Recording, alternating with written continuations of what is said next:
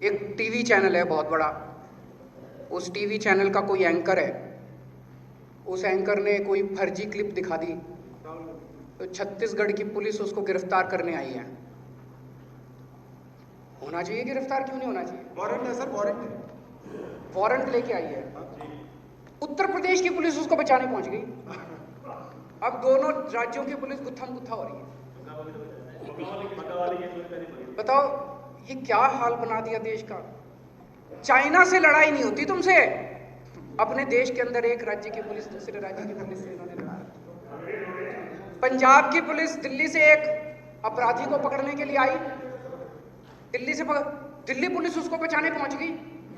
तो ये क्या हाल बना दिया, एक राज्य की पुलिस दूसरे राज्य, हम सारे आपस में लड़ेंगे क्या बैठ के?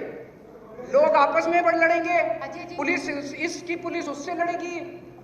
अरे यार सारे मिलके चाइना से लड़ो ना। चाइना हमारे देश के अंदर घुस गया, उसको बाहर भगाते हैं सारे मिलके, बीजेपी वाले, कांग्रेस वाले, आम आदमी पार्टी, सारे इकट्ठे हो जाओ। तो सारे आपस में लड़ेंगे तो कैसे?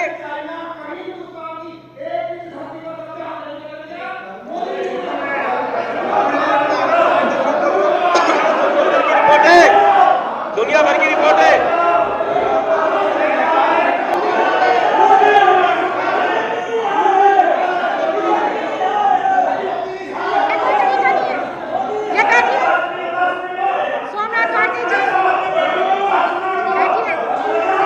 मेरा सभी साथियों से निवेदन है, शांति बनाकर रखें, क्योंकि सत्य हर किसी के बस की सुनना नहीं है, इसीलिए वो लोग चले गए।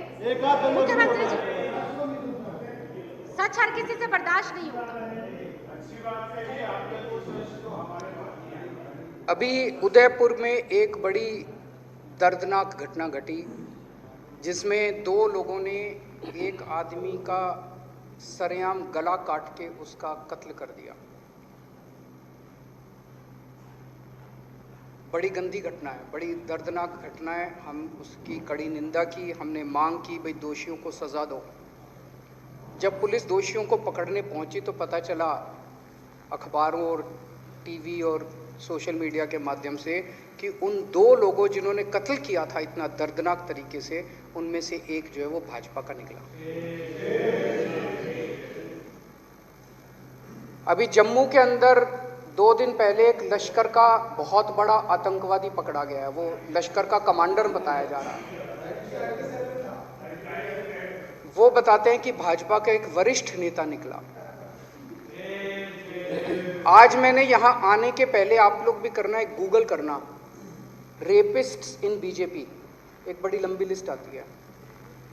बीजेपी के अंदर कौन कौन बलात्कारी हैं, उनकी लंबी लिस्ट आती है। तो मैंने आप लोगों के कईयों की पुलिस वो देखी थी, प्रेस कॉन्फ्रेंस वगैरह, आप लोग कहते थे बीजेपी लुच्चे, लफंगे, गुंडे, मव्वाली, बलात्कारियों की पार्टी है। इसमें अब आतंकवादी भी शामिल हो रहे हैं। पूरे देश में इन्होंने बड़े बड़े जिला ऑफिस खोले हैं। अब समझ में आया किस लिए खोले हैं। कहीं किसी जिले में कोई अपराध हो जाए, मैं आपको गारंटी दे रहा हूं, सबसे पहले अगर वहां की पुलिस इनके जिला ऑफिस पे रेड मार दे, अपराधी वहीं मिलेगा, वहीं मिलेगा आपको अपराधी। कहीं कोई बलात्कार हो जाए, बीजेपी में मिलेगा। कहीं कोई मर्डर हो जाए, या तो बीजेपी का हो गया, बीजेपी में जाके शामिल हो जाएगा। अभी थोड़े दिन पहले सिंगापुर के एम्बेसडर मेरे से मिलने के लिए आए।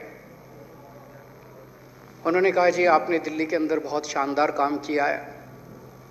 उनको सारा काम पता था अपना। उन्होंने बिजली, पानी, शिक्षा, स्वास्थ्य, स्कूल, अस्पताल, सबका जिक्र किया। उन्होंने कहा जी आप सिंगापुर सरकार की तरफ से मैं आपको इनवाइट करता हूं, आप सिंगापुर आएं, और सिंगापुर में हमने दुनिया भर के सारे शहरों के मेयर, मुख्यमंत्री अलग अलग शहरों के बुला रखे हैं आपको सुनने के लिए। आप वहां आएं और बताएं कि आपका दिल्ली मॉडल क्या है। मैं समझता हूं ये तो देश के लिए गर्व की बात है। पूरी दुनिया सुनती कि दिल्ली मॉडल क्या है, पूरी दुनिया सुनती कि भारत के लोगों ने किस तरह से, दिल्ली के लोगों ने किस तरह से अपने स्कूल, अस्पताल अच्छे कर दिए। इन्होंने मेरी सिंगापुर वाली फाइल रोक के बैठ गए, सिंगापुर नहीं जाने दे रहे। ये केजरीवाल से नफरत करते करते इस देश के साथ नफरत करने लग गए कि पूरे दुनिया के अंदर भारत का नाम नहीं होना चाहिए किसी भी हालत में, हर चीज में। मिलेनिया ट्रंप आई, मिलेनिया ट्रंप ने भी सुना था वहां पे कि इंडिया के अंदर दिल्ली में सरकारी स्कूलों में बहुत अच्छा काम हुआ है। मिलेनिया ट्रंप 2 साल पहले डोनाल्ड ट्रंप जब आए थे, उनके साथ उनकी धर्मपत्नी मिलेनिया ट्रंप भी आई थी। मिलेनिया ट्रंप ने आके बोला मैं तो दिल्ली सरकार के स्कूल देखूंगी, तो मोदी जी ने बहुत समझाया, बहन मान जा,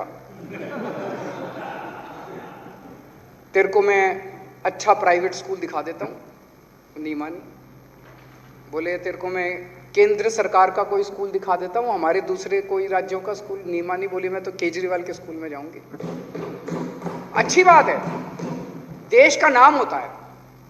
पर ये मेरे को पिछली साल कोपेनहेगन में बुलाया गया कि भाई दिल्ली ने प्रदूषण के ऊपर अच्छा काम किया। मैं ये नहीं कह रहा प्रदूषण सारा कंट्रोल हो गया, अभी बहुत काम करना है, लेकिन पहले जो हालत थी उससे काफी सुधार हुआ है।